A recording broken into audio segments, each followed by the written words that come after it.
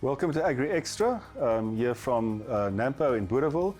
And today we're talking exports, agricultural exports. We, as a South African agricultural industry, we export 50% of our national production, making exports incredibly important. And today we're talking about grain exports, which is quite apt, seeing that we are at the NAMPO Harvest Day. And on the panel, we have from furthest away from me, Corné Louw from Grain SA, economist. And then we have Mariya-Khrystyna Koziy from the International Grain Traders Association Council. And we have André de Vyver from SACOTA, the South African Cereal and Grain Traders Association. And your organization looks at, takes care of the export side of it, the last step of the export industry. So André, just starting with you, you've had a very important meeting with Mariya's organization, the RGTC, with the Department of Agriculture. What was the importance of this workshop? We're having workshops every day. Why was this workshop so important for the grain industry in South Africa? Thanks for being here. Chris, you mentioned the exports, and let me start with that and saying that in the last 3 years, South African grain sector had an excellent 3 years, and that necessitated a lot of exports for the industry to remove the surpluses on the local market, and that is a trend that we foresee that will continue.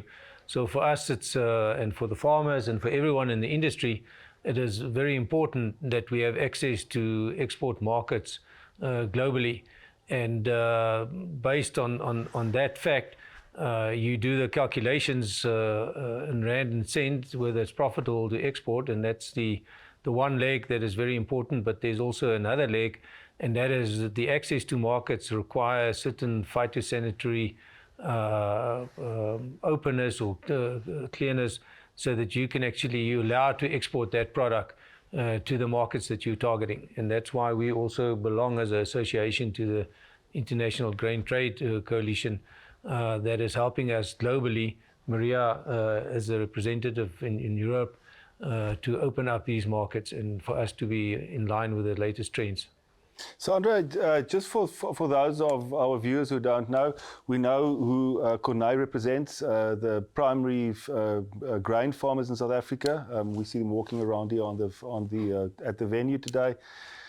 But you, just SACOTA, just quickly, you guys represent the last segment of the chain, so to speak. Just give us a bit of a background, what part of the value chain you represent.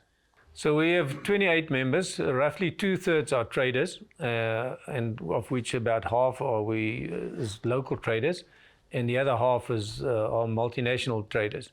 They work together in buying the product from the farmer and deliver the product to the local processors, but also export the product, where the multinationals obviously are focusing on and organizing the export vessels and so forth. The other third are what we call associated members, and those are like the export terminals, financiers, traders from SAFEX that focus on risk management and so on. So that last part that you're referring to, that is very important. After we've actually bought the crop on the local market, our local consumption takes up about 75–80%, but the others have to be exported, and that not only brings valuable export earnings for the country, wealth creation for the local rural community. Corné can also come in there, but it is very important in that process that we export this product, so that when the new season arrives, that we have a more balanced supply and demand situation in South Africa. Otherwise, it's going to unfortunately require scaling back instead of a growing business. So just the last question before I move on to the other panel members. So you guys had a meeting now, SACOTA, the International Grain Traders Coalition, Grain SA, the farmers. So it's all the role players, the farmers, the exporters, and the International Exporting Association. Just give us some insight into that meeting, why it was important, what did you guys try and achieve there? What was the idea? Yeah, on the plant health and on the phytosanitary issues, and there's a couple of others as well that we can allude to, there's constantly new developments, new trends globally. And for South Africa to remain in the export market, we have to be sure that we are aligned with the latest developments, that our product can be exported, that we fulfill the requirements globally from these different importing countries. And that's something that that message is a message that also have to be discussed with the Department of Agriculture, because they are a very important player that have to sign off on these phytosanitary requirements and permits that have to be issued for the benefit of the importing countries, certifying that our product is safe. Mariya, coming to you, so that's the local side of the business. I mean, you represent the international trade, the International Grain Traders Coalition. Just give us some insight into what you do. Thank you, Chris. I'm very happy to be here. It has been an exciting journey. I'm here with a part of the IGTC team. I had Gary Martin with me, who is the president of IGTC, and we have started our journey in Africa from Nairobi in Kenya. So we have been here already for 2 weeks on Africa Grains Week, as mentioned by André. It has been an impressive and insightful experience, and I'm very happy to be here in South Africa and having an opportunity to visit NAMPO. So as you mentioned, I am here with IGTC, which is International Grain Trade Coalition. We are a non-for-profit organization which unites trade associations and councils and corporate stakeholders into one big association. So we have around 25 members, such as, for example, SACOTA or Eastern Africa Grain Council. We unite around 8,000 businesses around the world in 85 countries. So we have quite a big outreach. In our association, we come from the understanding that trade feeds 1 in every 8 people around the world, and the grain trade is crucial for global food security. And the central role of us being able to provide for food security is the fungibility of supply, which basically means that you can easily bring the grain from the places of abundance to the places where there is a demand. And for this to happen, we need to have the ease of shifting these grains and goods around the world. So for IGTC, it's very important to ensure that the policies are aligned across the globe, that international standards are being applied, and we have a common understanding of where do we stand in terms of trade to ensure that kind of fungibility of supply. Within our work, we have five policy teams and 1 working group, which ensures that our experts and members can participate in the technical discussion and debates on the developments in different phytosanitary standards, plant health debates, and kind of form a united voice that we can then, as IGTC, advocate to international community, to international partners, but also to the governments in our communications. And that's one of the reasons we came here to South Africa, to understand what are the challenges that South Africa is facing and how IGTC, with its international perspective, can contribute.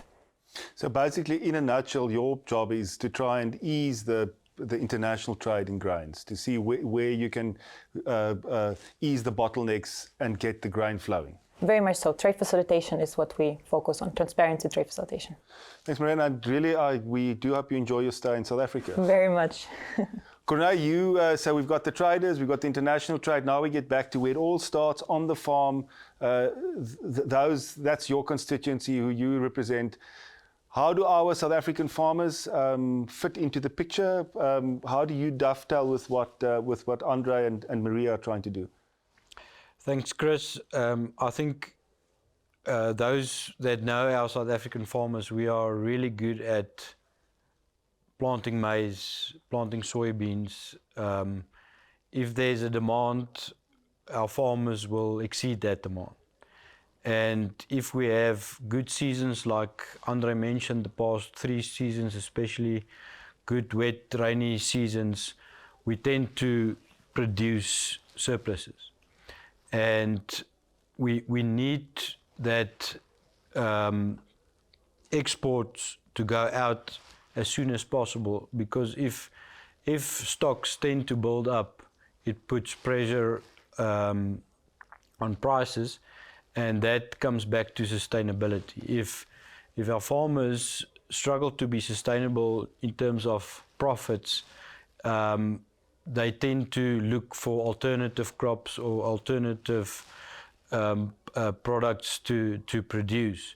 So if we focus on the exports and the export markets that need grain, it have the effect of a pooling effect, the demand effect, and that keeps our producers planting the same or more even the next season. So creating that markets, getting that markets open is just as important for the farmer than it is for André's organization to make sure we can plant sufficient maize for the next year. Because what we had in the past, because we built up stocks over the years, because we didn't have large export markets or a large export drive, stocks start to build up. It brings the prices down, and then the farmers stop planting. So by creating the export markets, you keep that treadmill running frequently, and for long-term sustainability, creating that export markets is very important for our grain farmers as well. Just quickly, just a question aside to maybe Corné, André, one of you can answer it. We've been quite successful with our grain exports, developing markets. We've just sent out a lot of stuff out to China. Does anyone just want to comment your personal view on how we've grown our export market specifically for grains in the past, I don't know, 10 years, 15 years? Yeah, I think the focus was really on the last 3 years, because that's when the surpluses started accumulating. If we go back to 2017, drought, yeah. Remember we had the drought, and then we had first to build up some local stocks again. But since then, quite a number of international markets have opened up. Now, I think let me just focus for a second on, for example, the soybeans, where we've never exported soybeans really in large volumes, and last year we've exported to 8 different countries, and they are all new countries, and that's and the maize that you're mentioning that went to China. What Corné said is certainly true. For us, it's important that the industry, meaning different organizations like SACOTA and Grain SA, and also the international side, that we work together, because we have a united message that we have to promote how important the exports is, and we have to involve government. And we cannot open those markets alone, and that is part of what this workshop was, for government to understand that we need the export markets, but they have to ultimately sign off on the protocols, on the phytosanitary certificates. So so we've been successful, but only because we work together as an industry and understand the importance of it. Just in terms of export markets, I mean, which ones are you guys most hopeful about? I mean, where does our future lie? I mean, we've spoken about China. A lot of goes to South Korea, to Asia. I mean, just in terms of, we know that most of our grain, our agricultural exports still go to Africa. A lot go to Europe, obviously, the wines and stuff. But just out of a grain perspective, I mean, where are we looking about in the world? Where are the future export markets for South African grain? All right, so if I may, on the yellow maize, most of the markets are focused in the Far East. So South Korea, Taiwan, Japan, those are the countries that we focus a lot on. And now that China has opened up, we all know that's a big market. And the quality of our corn is corn maize is very important. So and so we had a lot of positive feedback from that market. So we are hopeful that will bring some more opportunities. The white maize, what happened this year is we actually managed to send some vessels to Mexico, Honduras, and Venezuela, and those are new markets for us as well. So Mexican is a huge market. Part of the problem, however, with Mexico is, and Mariya can also comment on it, is all the GMO restrictions, and that was part of what this workshop is about. So Africa's maize is mostly GMO-based maize, and not all countries allow the imports of GMO maize.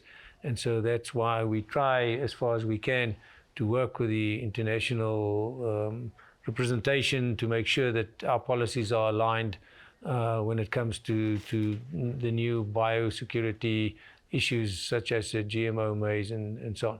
So those are the soybeans. Is also the Far East. Back to your question, Thailand, Malaysia, those countries there. And then again, we also put the protocol in place for China, for the soybeans, by far the biggest importer of soybeans, 100 million tons plus.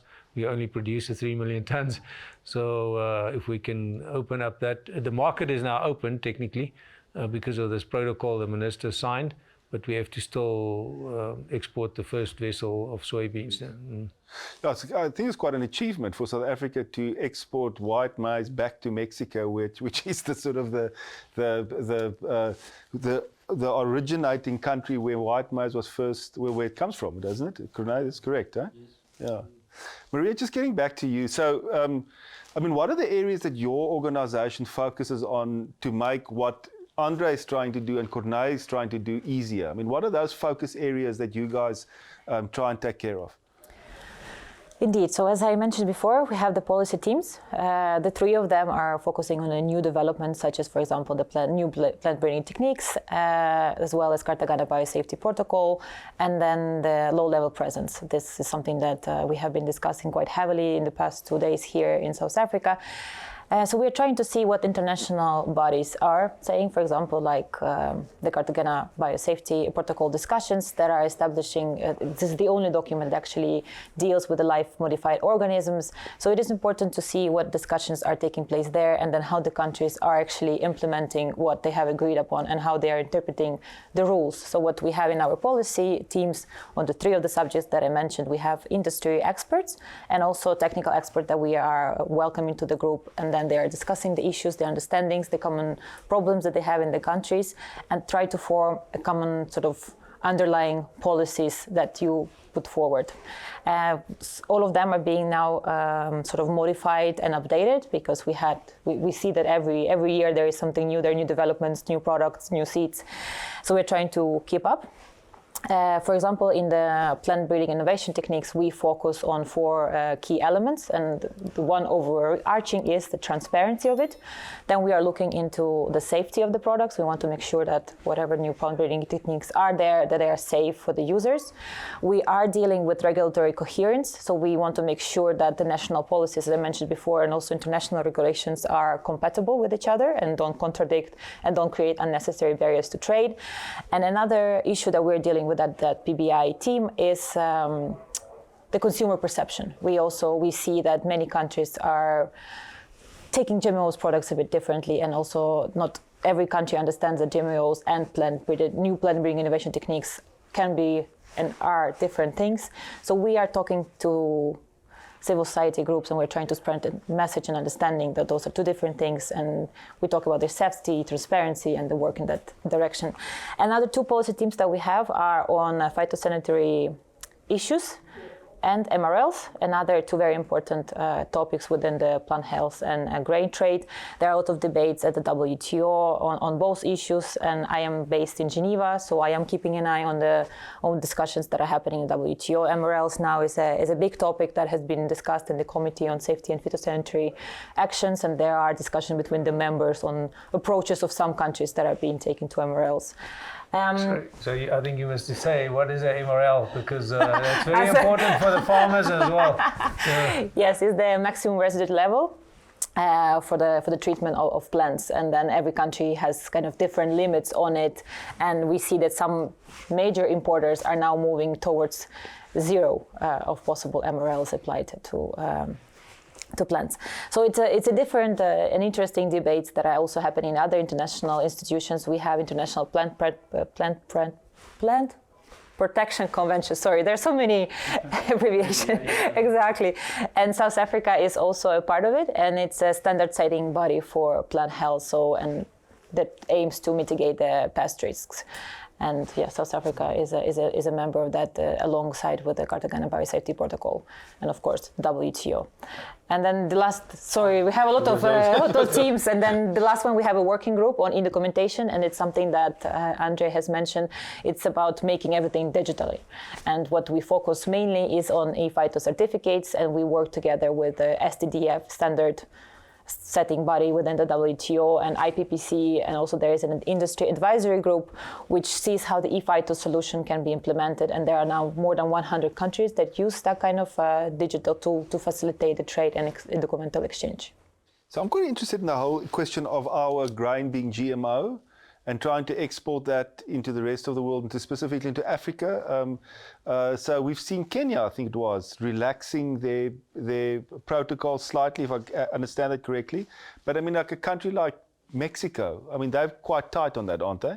So how do you go about that conversation? How does one start that conversation, and are we making any progress in convincing people that I mean, if you look at Africa, you'd think that GMO technology would be accepted because it's such great technology. I mean, so my question actually is, how does one start that conversation, and are we making progress? Mariya, maybe we'll start with you. Well, we travel around the world. We have meetings with different delegations, and we try to explain them, and delegations, regulators, authorities, governments, and we try to explain them the difference, for example, between the GMO and nuclear breeding techniques, or, for example, explain the implications of their decisions on possible trade in the future and how they can create barriers for their own export or even for the import of the products if, for example, they follow the zero tolerance policy on LLPs. So we are trying to kind of send the message from the industry and the private sector that actually operates in the field and explain to the governments and authorities what kind of applications, their actions will take place. And that's what we do, is the advocacy. And are you positive that it's making impact, that you're getting... Well, I joined the association last year, so I see that there is more and more interest, especially in Geneva. We are meeting with a lot of governments and kind of spreading awareness. And I think kind of spreading awareness and explaining it triggers some kind of interest from their side, and they start to understand that their actions actually have bigger implications in terms of global trade. So at least the conversation is happening. Yeah. It's happening. I definitely think there's progress, and I think it's important that you have that international discussions. You know, Kenya didn't just started to move from nowhere. I mean, it is because these discussions have taken place over a number of years, and they've also seen and recognized that the rest of the world are improving on production and in many different aspects, and in a way, you know, they have to take a decision. Are they going to change their policy or not? And the drought obviously accelerated that pressure in terms of, and so you say, can we make a difference? Yes, I think we've got to recognize that South Africa is fairly small, and so that's why we need an association like the IGTC. But at other times we can make a direct impact. You know, our relationship with Kenya is important. We had the presidential visits and so on. So there you probably have a stronger impact and role to play. But sometimes these discussions, like the Mexican discussion, where Mexico now is reconsidering importing GMO maize, that dialogue is taking place mostly between the US and Mexico, and we're watching it carefully because we have a little input to play. You know? So, but there's others, and I think I would just want to bring for Corné, say, you know, like we mentioned the maximum residue levels. That is another discussion that we, not only in this workshop, but also in other industry discussions, that we continuously having about how important it is on the farmer side, moving through the value chain all the way to Exactly.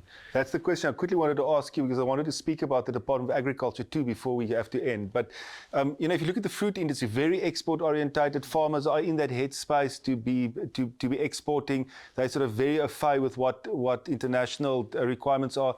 Grain farmers are maybe a few steps back in terms of the value chain too. They're not sort of at the coalface of exports. Is that a problem, or are our grain farmers getting more sort of in touch with the export requirements? I think we're definitely improving, Chris. I just think there is a difference. The countries we compete with and the countries where we export to is different, and it's also different from the European countries. So André just referred to the EU Green Deal, and they're looking at mirror clauses and all those stuff, and that says what they need in their markets, you have to actually adapt to. And that's something we really have to look at, because we in the grain industry don't necessarily play in that same market. For the fruit guys, it might really be scary because some of them don't want to lose the European market. But for our grain exports, the European market isn't that big a market. So if we adapt to the EU deal, but our biggest competitors like the US, Brazil and Argentina doesn't adapt to that and they go on their own, they take on all the new technologies and stuff that the EU don't want, and we are aligned to them, we're going to fall behind very quickly. Yeah. So we must be very careful on how we're going to approach this in the grain industry, and that's why our regulatory people are so important, that we take them along this journey. If they don't buy in and our regulatory affairs don't adapt to that, we're going to fall off this treadmill that's going faster and faster, and it can be very quickly that we are not able to compete anymore. Yeah, we had But that's the question I want to ask. Are we getting the regulatory people on board? And I mean, this is what the point of the workshop was, wasn't it? I mean, Yes, yeah. Are you guys positive that we're getting them on board? We are certainly very positive. I think we've got to recognize that during COVID there was a breakdown in communications out of our control, and people got a bit shy to engage again, and therefore we organized the workshop not only to bring them up to speed on international developments, but also in terms of our requirements from the industry side, reconfirm the importance of these topics and focus points, make sure that we understand their policies as it is today, and there will be future debates in seeing whether it needs to be adjusted to be we're in line with some new developments internationally. But they were very positive. They all presented their policies. We debated it, to some degree. And I think what is important now is to maintain the momentum and working with them going forward. I think that brings us to the end of our conversation. Corné, Mariya, André, thank you for your time. A very interesting conversation and very important work that you do. I think that a lot of the future of our agriculture depends on getting our exports right. Thank you for the important work. And Mariya, enjoy your stay in South Africa. Thank you very much.